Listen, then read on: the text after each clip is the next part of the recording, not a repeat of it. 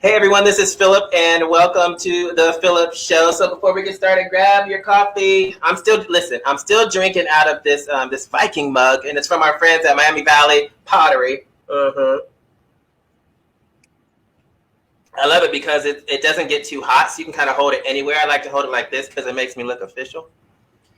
So this month is Pride Month, and as you may or may not know, the Phillip Show is the proud media sponsor of Yellow Springs Pride 2021. And this year, we are bringing interviews with people in and surrounding the LGBTQ plus community to help break down stereotypes, educate, advocate, and just see what the journey looks like from the people who actually are living this journey. Many times, we can assume, and sometimes our assumptions are not correct. We can kind of look at people and just create a narrative that may not be at all accurate. So this month, we are shining some light on the amazing people with some amazing journeys.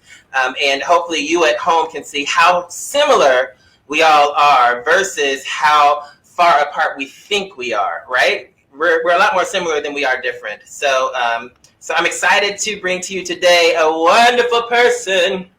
And please welcome Sayre. Hi, Phillip. Hey, how are you? I'm pretty good. How are you? I'm doing pretty good. So listen, so it's Pride Month. Wow. What does we're going to get a little bit into your story, but what is Pride Month all about? And, why does it matter? Why does it matter? Well, I feel like Pride Month's important because all year round, people of the LGBTQ community, we slowly have weight put on us with names and negativity and all the burden that we carry around just being ourselves every day. There's so much hate that we have to deal with. And Pride Month is an entire month where that weight can be lifted off our shoulders just a little bit, and we're reminded you're beautiful, there's people that love you. It's that month where there's a little bit of release, so just a reminder that we're valid, we're here, we're proud, we're good. What we've been doing, it's all good. Yes, it's all good. I love it. So I want to ask you, just based on something that you said, and some people may not understand the weight. Can you kind of describe what you mean? What is difficult, I guess would be the question. What is difficult that needs to be relieved? Whether a gay person knows it or not, whether they have time to think about it or not, there's things that start to add up. There's names and signs that we see every day, the God hates gays, sinners, all this stuff. And a lot of people in the community, we can brush it off pretty easily. We can even laugh about it. But to some extent, that's sticking each time. Just a little bit. It's hard to completely ignore, because there's people out there who hate you. And that's a little hard to get over sometimes. So you're carrying that around, just knowing that there's people out there who are actively hating you. Right. So it's almost like, it's not really about people's perspective. It's what they do and how they verbalize and how they act based on that perspective. Because, there are times in our lives where there are going to be things that people don't agree with. There are going to be things that we all see in other people's lives and like, I wouldn't do that. But the weight that you're talking is about people taking action and that can be verbal to express that and really kind of diminish somebody's value and somebody's capacity. Would that be right? Yes. Yeah, that's a big one. That's a big one because I think a lot of people think they're standing up for some sort of values, but in the process, they're really tearing down somebody based on some beliefs that they have. And they can continue to hold those beliefs, but not to the point of hurting somebody. Mm-hmm. Exactly. Yep. Everyone has their own beliefs, but if you begin actively hurting people, how good are those beliefs? That's all you. Yeah. So your story, where does your I guess where did your journey begin versus kind of where you are now? How are you aligned with the LGBTQ plus community? You know, I started feeling a little bit different when I was really young. I didn't quite know what it was. I just knew I wasn't getting crushes on boys and they weren't getting crushes on me, and I was fine with that, and people thought that was a little weird how fine you are with that. Like, I don't know. Maybe I just don't like people. When I got a little bit older, I had a crush on my best friend for the first time, and I explored what it meant to be a lesbian. You know, I looked that term up. I asked my mom about it. I was like, what does that mean? What can that mean for someone? Do we know lesbians? And of course we do. It just never occurred to me it could apply to me, you know? I slowly came out through middle school, and by high school I was totally out of the closet. Started flaming a little bit. Now I am out and proud and very happy to be who I am. You just started flaming a little bit. That's funny. So I want to speak to your experience, because a lot of times people will say, oh, this is a phase. Oh, they'll grow out of it. When did you understand, not that that's not true, but that's who you were? And it's because some people in the community, when they say they came out, it's kind of like being straight was actually, me trying to be straight was actually the phase, not the other way around. So when did you kind of decide or determine, you know what, this is actually who I am, so I'm not really phasing anything at this point? I was in at least 7th grade, maybe 6th grade. I was 11 or 12, I'd say. Okay, and then that's when you kind of knew, like, hey, this is sort of me. That's when I really, it was awkward to be with myself, because then I had to kind of figure out what that meant for me, and if that was okay with me. You know, is it okay with myself that I'm the way I am? Is it going to be okay with my parents? Is it going to be okay with my family or my friends? My friends was a big one, because I had only close female friends, and I was like, what if it freaks them out? I don't know. So for you, it wasn't so much you didn't know who you were. You were trying to decide based on, like, hey, this is how I am, but am I going to live that way, or do I want to, I guess, accommodate the way that people will perceive me after I say that that's who I am? Yes. So it wasn't really a battle to who you were. It was a battle to who you're about to present. Yes, exactly. That's deep.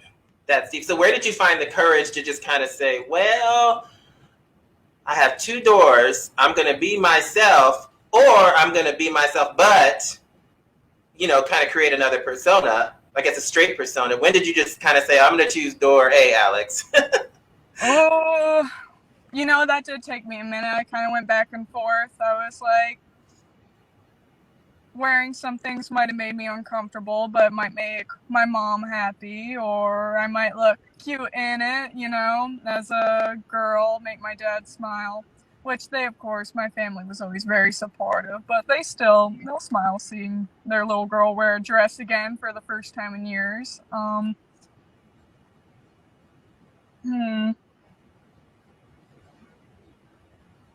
I was a little bit older. I think I was 14 when I was really like, yeah, this isn't me, and I'm not happy. I'm uncomfortable when I try and get people to perceive me as something I'm not. It made me feel a little bit gross inside, a little anxious. There was a lot of anxiety anytime I would try to act more feminine or tone myself down for other people. And that's just because it wasn't you. That's just because it wasn't me. Right. So you mentioned, you know, your friends and how, you know, your friends would perceive you because, you know, peer, whether they're pressuring you or you feel like you perceive there to be pressure, you know, that's pretty big. So when you started to kind of announce this is who you were, how was how was that announcement received? The most important person to me was my best friend at the time. And we went on a walk and I told her, I started crying. And she was just, oh, it's okay. I had a feeling. Everyone had a feeling. It's really okay. Like, nothing has to change. Don't worry. I trust you. You trust me. It's all good. You just do what you need to do. Like, yeah, it was perfect. Now, was it harder in your head to have that conversation or in person? It was all in my head. Yeah. Once I started to say it, it was like I was able to turn those worries off and just whoop. Yeah. When you kind of told people who you were, who you had been, not just from the moment that you said it, but just, you know, in general, you know, what in your perspective began to change for you? Well, I began to get more confident. You know, I had been this total wallflower throughout my childhood and into kind of my preteen, teenage years. I was always told, you know, I'm a little bit more introverted, shy, quiet. I wasn't that at all. I've never been that. I just wasn't being me. So the world changed. It got more fun. You know, Okay. my mind, I was able to start having fun. I didn't feel so awkward anymore. And the more fun I had and the more I put myself out there, the more people liked talking to me too, you know? Like, people liked me more when I started acting like myself. They didn't like who I was trying to be. And you liked yourself more then too. Oh, yeah. Would you say that you created or you adapted to the other persona out of, or the introverted or just kind of shying away, just more so out of fear of being authentically seen or noticed? You know, that's hard for me to say. I'm not completely sure why I was doing it. Being made fun of maybe, or yeah, if I speak true to who I am, if people don't like me like that, how will I do? You know, Oh, it's acceptance. all down. So if people don't accept me once I'm out and about, I'm stuck here. It's going to be the same people till I'm an adult and able to move. So let me ask you, let me ask you this, because that raises a really great point. So, and I want to break it down for people, kind of with you. So regardless of whether or not you decided to live as yourself, you would have been yourself either way, but you would have been presenting someone else. Mm-hmm. So people's acceptance, they really didn't know who you were, but you were that person the entire time. Yeah. Exactly. Got you. Because a lot of times people, they feel, and I've heard people feel as though, well, you know, I don't want to accept this person, but they don't really understand it's kind of the same person. Yep. Exactly. Got you. So you mentioned growing up in a small town and living in a small town. How has being in a small town impacted you, either positively or negatively, throughout your journey? There's big ups and downs. There are, yeah, very dramatic good things and bad things to being in a small town. Everyone knows all your business. All of it. All of it. There is no privacy. I'll have people I barely know come up to me. Hey, Sayre, how's this going with you? And it's like this totally personal thing. It's like, it's good. So that's good in ways because you're known. People know you. If you're a good person, you know, people are going to know that reputation. That's someone I can rely on. That's someone I can talk to. That's someone who's friendly. I know it because so-and-so said so. Or oh, I heard a really nasty rumor about her doing this, or it can go both ways really easily, and it has growing up. So, and dating life can be a little bit hard, you know. You're surrounded by, you grow up with the same people, you're with the same people, you can't get away from those same people. Once Yeah. again, that's great. It can also be just awful. Yeah. No, I can definitely understand. I can Yeah. definitely understand that.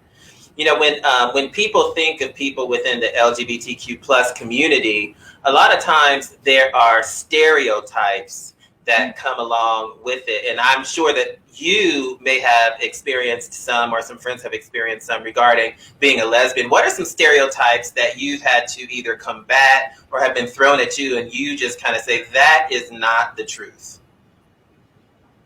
As a lesbian, all girls, especially when they're straight, all girls will think you like them. You come out to your straight girlfriends and they're like, they almost feel the need to cover themselves, like you're looking for something dirty, and you're not. Yeah, that is an instant. I've seen that a lot. Like there's something a little bit more almost perverted sometimes, even if you're young, you know, being in like the locker room, school. I did not feel welcome there. Because they knew I was gay. And because based on what you just said, they felt uncomfortable based on the misconception that you like everybody. Yeah, it's like, oh, she's gay, I'm a girl, she likes me. That's not how it works. I'm just like you. You don't like every boy you see walking down the street, you know? Yeah.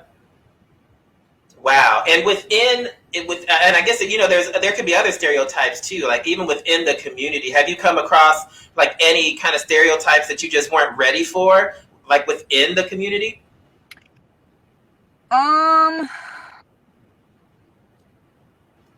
Within the community, what do you mean by that? Exactly. Well, because it's kind of like there's one hierarchy outside where people assume this, and there could be a complete other one. It's like, okay, so now I'm within the LGBTQ plus community, and then all of a sudden there are these stereotypes. So now I have to kind of figure that out now. Yeah, being a little bit more masculine, there's a lot of stereotypes put on you. You're tough, you're a little emotionless, you will be the caregiver no matter what, you will be the financially stable, prepared one. It's like, and even within families sometimes, it's like, because I'm more masculine, I'm a lesbian, sometimes people forget the fact that I'm a girl too, you know? Not to say boys are different in any way, but you're treated a little more,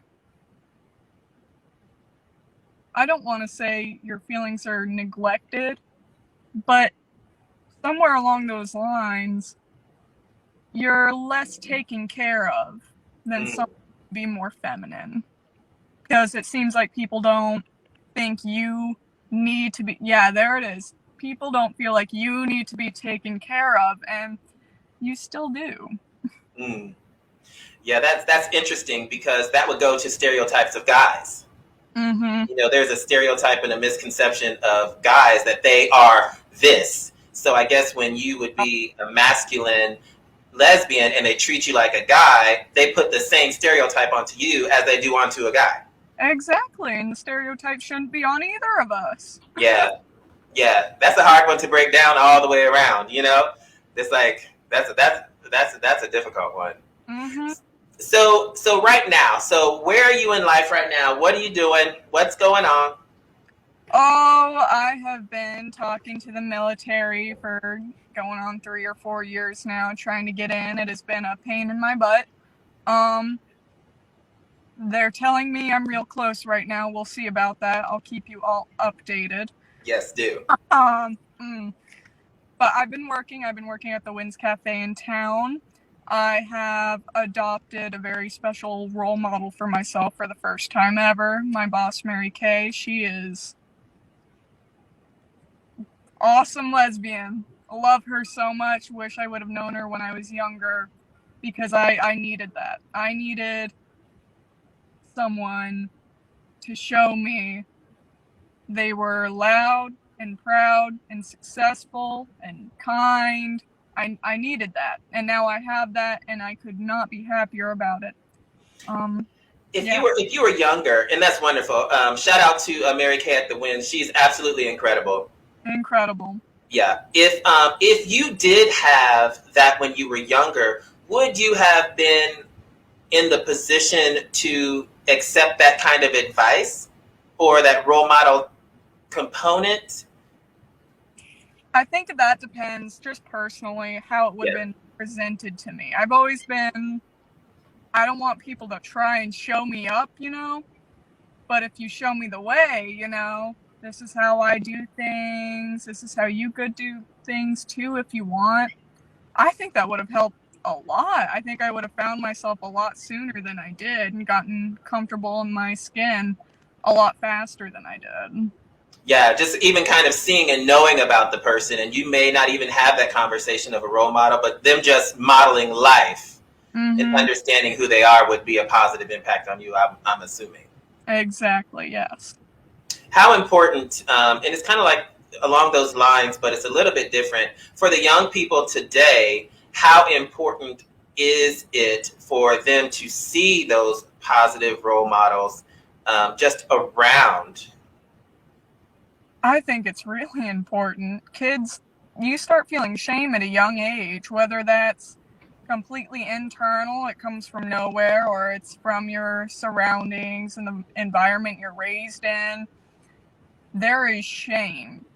And a lot of young people don't know what to do with it. They don't know how to talk about it. They don't know how to begin describing what they're feeling. So they just kind of keep it all in until someone digs in there a little bit and can ask them, what are you feeling? What are you doing? What do you think that is? And gets them kind of turning and thinking about it. So I think it's incredibly important for role models to be around people who are younger. Show them someone who's comfortable in their skin, so that way those kids know it's okay to be comfortable in my own. I want to be like that person who's happy and confident. How can I get there? Start asking. Yeah.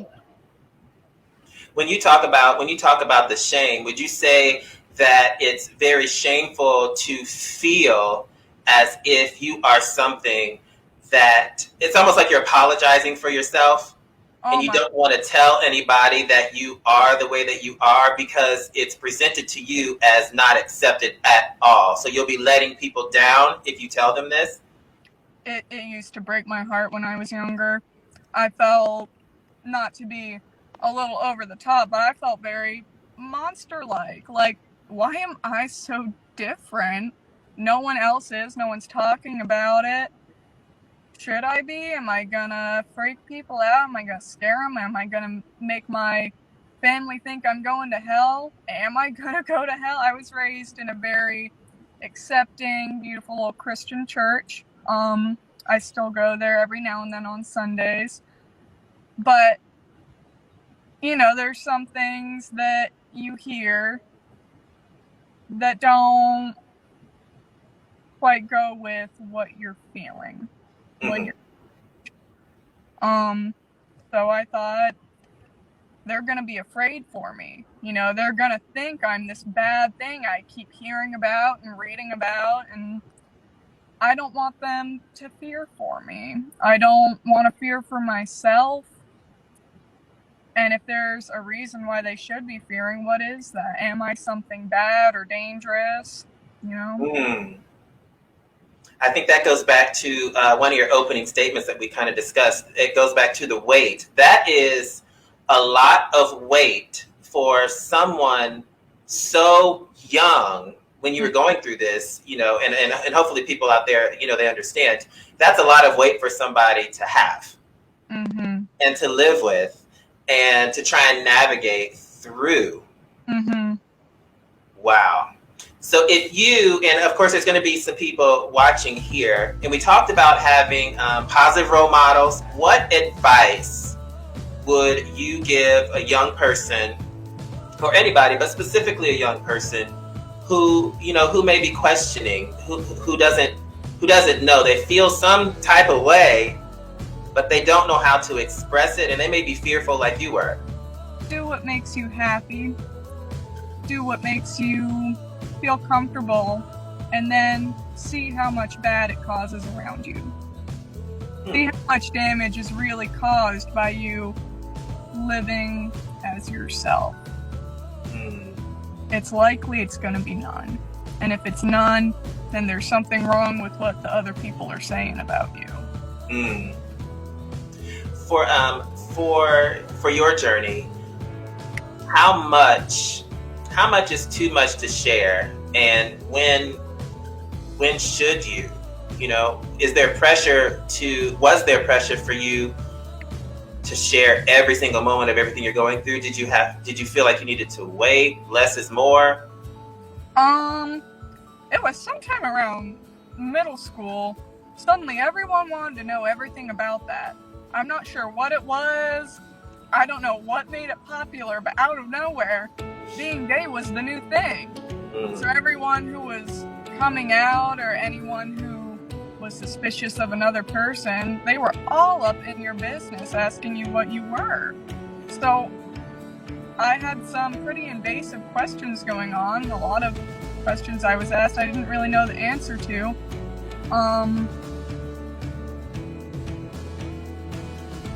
There was pressure to come out. There was pressure to do things too that I wasn't ready to do, you know.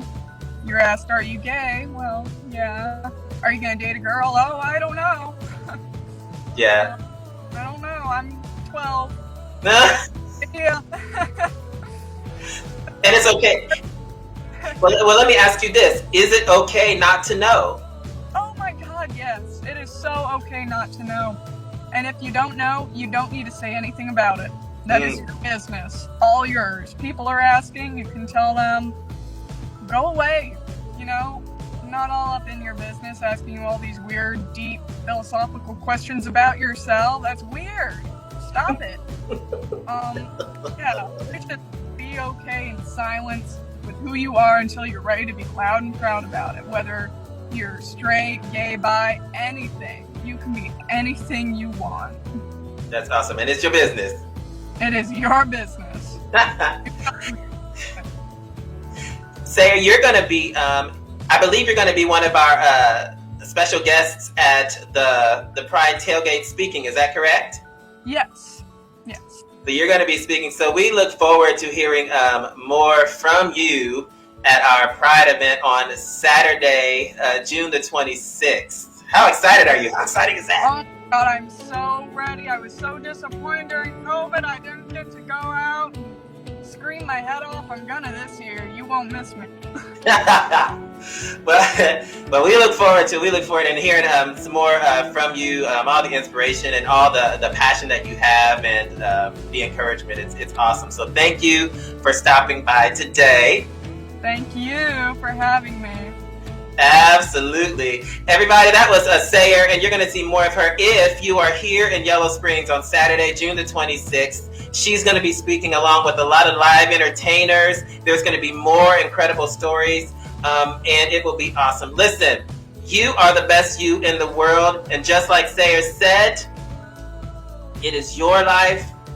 Go at your own pace. It is your business. Make sure that you find somebody that you can look up to, somebody that you can relate to, somebody that will listen and listen well. All right. So make sure you tune in next time. Thank you so much for being here. Special shout out again to Mary Kay at the Winds Cafe. Sayre, thank you for being here, and we will see you all later. Don't